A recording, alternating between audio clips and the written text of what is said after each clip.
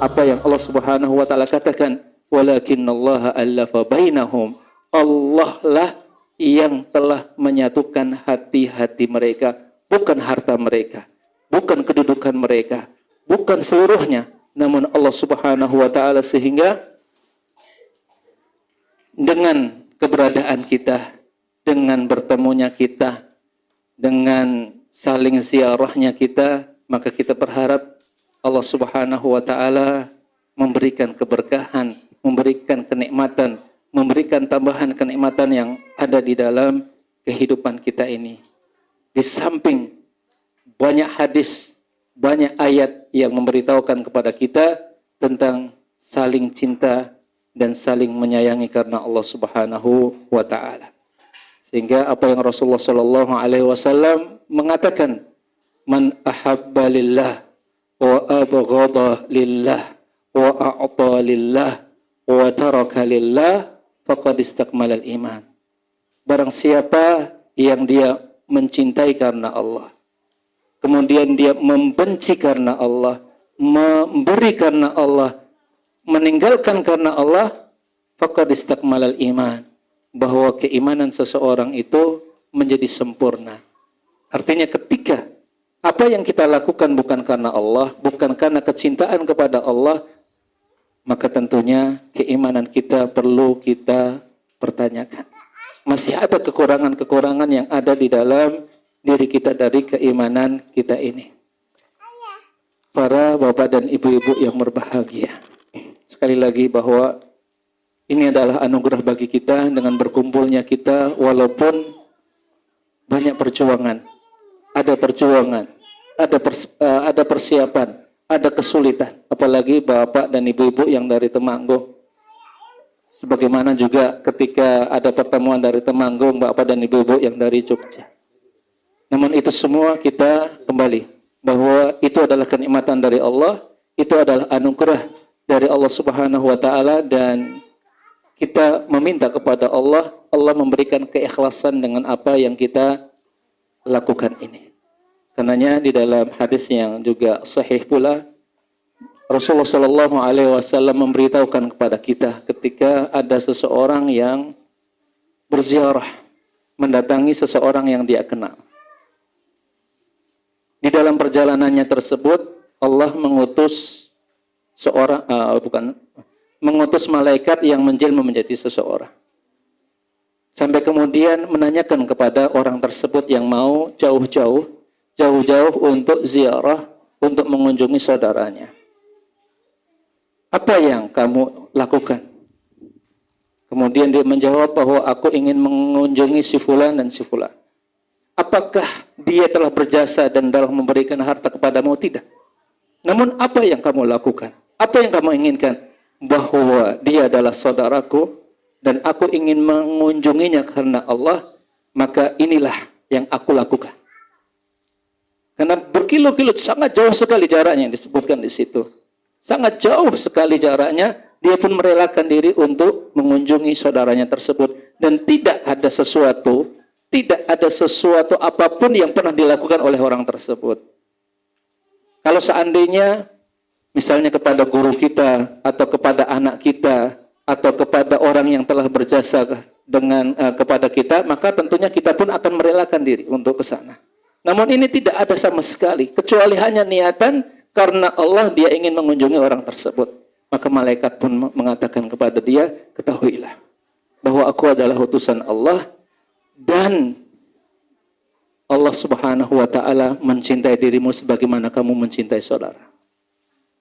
Sehingga ini tentunya yang ingin kita bangun, baik kepada kita, di antara kita, ataupun orang-orang yang ada di sekitar kita. Ketika kita tahu bahwa dia adalah orang yang beriman, dia kita kenal ataupun tidak kita kenal, apalagi orang-orang yang kita kenal, apalagi orang-orang yang sudah bersama-sama untuk melakukan sesuatu, di antaranya pelaksanaan ibadah haji ataupun pelaksanaan ibadah umrah, kita berharap bahwa persaudaraan kita ini adalah persaudaraan yang tidak hanya berkaitan dengan masalah dunia, tetapi persaudaraan yang tentunya bisa lebih panjang dan lebih baik lagi untuk saling mencintai, untuk saling mendoakan, dan tentunya kita berharap di sela-sela doa kita, baik di malam hari ataupun kapan, mohon kita berharap di antara kita pun juga mau menyisakan doa tersebut untuk kita semua.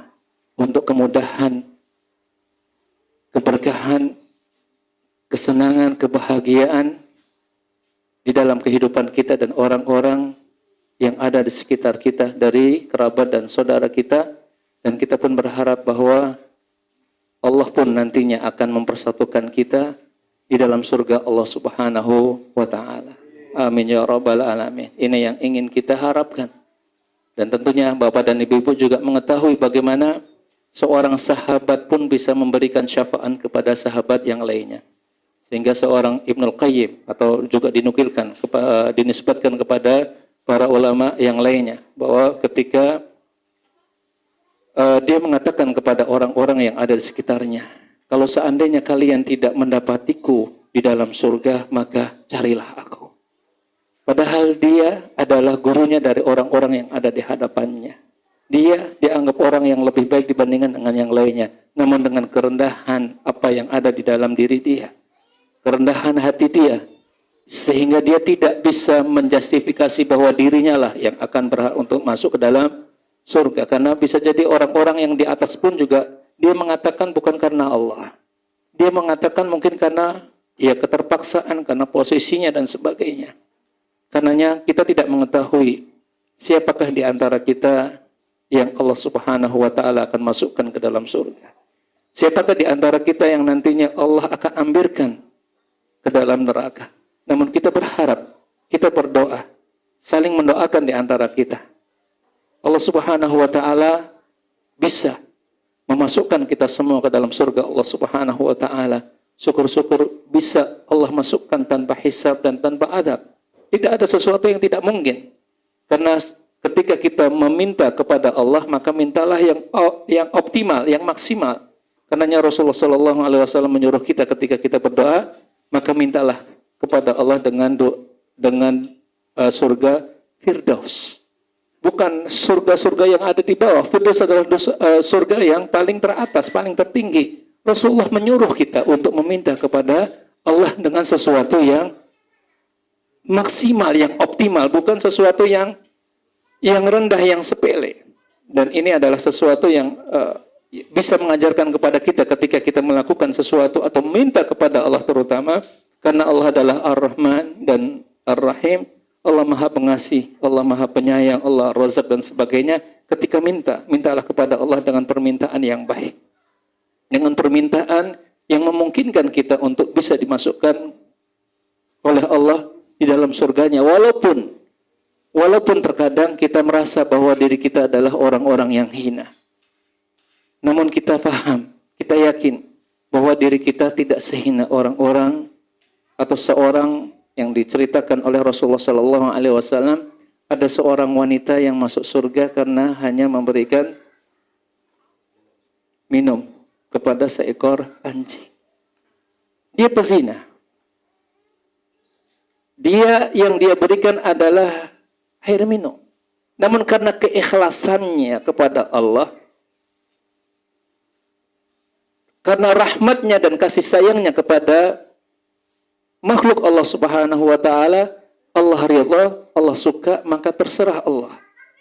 Dan ini yang tidak kita bisa untuk memastikan apakah Allah suka atau ridha terhadap diri kita. Maka lihat kembali, kita evaluasi. Yang terbaik yang bisa kita lakukan adalah meminta ampun kepada Allah dan berdoa supaya Allah Subhanahu wa Ta'ala memberikan apa yang kita inginkan, sambil terus tentunya berusaha. Tidak serta-merta kemudian kita meminta kepada Allah, kita tidak ada usaha untuk melakukan kebaikan-kebaikan yang dicintai dan diridhai oleh Allah Subhanahu wa Ta'ala. Sekali lagi Bapak dan Ibu-ibu, saudara-saudara sekalian, kami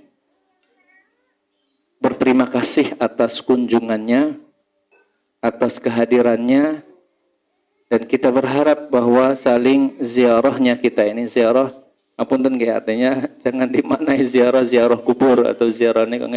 Ziarah dalam artian ya saling berkunjung ini. Zara ya zuru itu kan berkunjung atau mendatangi.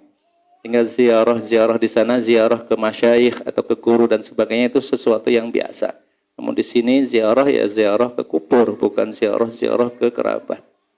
Ini yang kita maksudkan bahwa dengan saling ziarahnya kita ini, kita berharap bisa mendapatkan sesuatu yang ingin kita dapatkan dari pahala dan keikhlasan dan keridhaan dari Allah Subhanahu wa taala. Ini yang menjadi sesuatu yang ingin kita ingatkan bersama. Walaupun awalnya bisa jadi karena sedikit ada paksaan dan keterpaksaan. Ora enak le karo nganu. Ora enak karo Pak Wene nolak ya piye serah melu ra apa-apa padahal aku ana arisan. Itu sesuatu yang lumrah. Karena memang kata orang sesuatu biasa itu karena memang harus dipaksa. Karenanya Sufyan Ats-Tsauri pun juga mengatakan bahwa tidaklah aku mendapatkan sesuatu yang paling susah yang aku perbaiki kecuali dalam masalah niat ini. Niat yang sangat berat sekali dalam kehidupan seorang muslim. Karenanya bila kita merasa bahwa kita sudah ikhlas semuanya, maka ada kesalahan dan trouble dengan apa yang kita lakukan. Mereka para ulama, para sahabat yang sudah seperti itu pun juga merasa khawatir terhadap niat yang ada di dalam hati kita. Karenanya kita berusaha untuk meniatkan segala apa yang kita lakukan ini karena Allah Subhanahu wa taala, sehingga dengan sesuatu yang sedikit kita lakukan, kita berharap Allah akan melipat gandakan dan Allah menerima.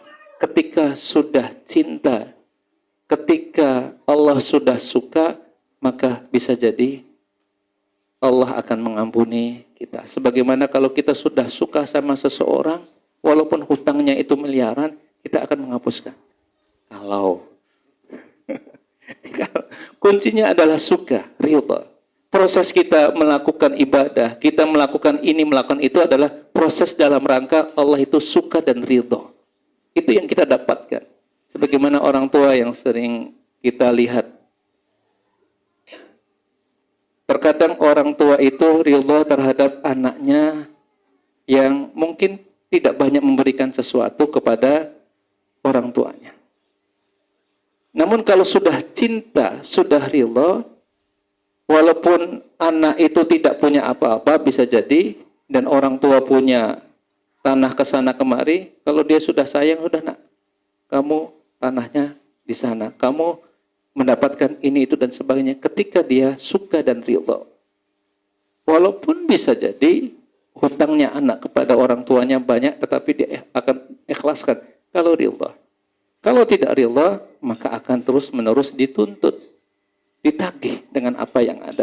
Inilah kenapa kita melakukan banyak amalan dalam usaha untuk mendapatkan keridhaan dari Allah Subhanahu wa taala. Sehingga Rasul pun juga pernah mengatakan, tidak seorang pun yang masuk ke dalam surga karena amalnya. Tidak ada seorang pun yang masuk surga karena amalnya. Wala anta ya Rasulullah. Ya. Walaupun kepada saya pun juga, bahwa surga itu tidak sebanding dengan amalan yang dilakukan oleh seseorang. Artinya jangan merasa saya sudah melakukan amalan-amalan kemudian saya berhak untuk masuk surga. Tidak. Uang 100.000 dengan rumah mewah yang harganya 1 miliar tidak sebanding. Namun ketika Allah sudah ridha karena rahmat Allah, kasih sayang Allah, maka uang 100.000 ini atau 1 juta ini akan bisa ditukar dengan uang 1 miliar tersebut. Ketika Allah ridha, ketika Allah itu cinta.